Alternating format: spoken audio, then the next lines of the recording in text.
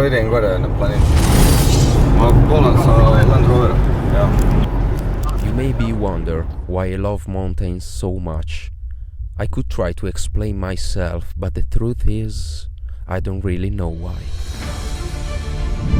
Maybe to see outstanding landscape, to feel like in paradise, to taste the fresh air through the air, to test the mountain's water, to taste food and new plants and to feel wild, to smell the grass and moss, to see the world through the eye of an eagle, to walk all the day through woods, to be crazy tired, then sit on the stones, or lie on the grass, to discover unexplored lands, to meet new people, sweating after a day of hiking, swinging your feet in the void, then telling your story and leave your mark, or simply to see waterfalls over 100 meters high and the vastness of the woods, but above all, to reach the top, breathe life, see the world after a storm, dressed in orange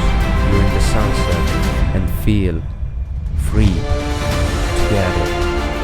The satisfaction that made it, be on the top, looking at the sea of clouds, these rocks buried by a white veil, and the sun hiding beyond the horizon.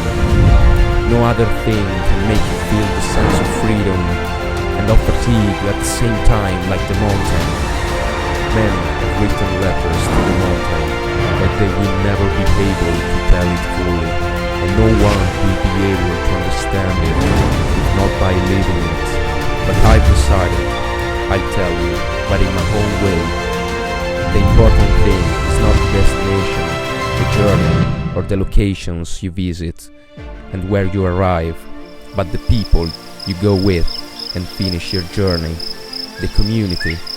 And this is the thing that I will miss the most. This is what I want to do, what I want to be, just free. Highlander Adventures.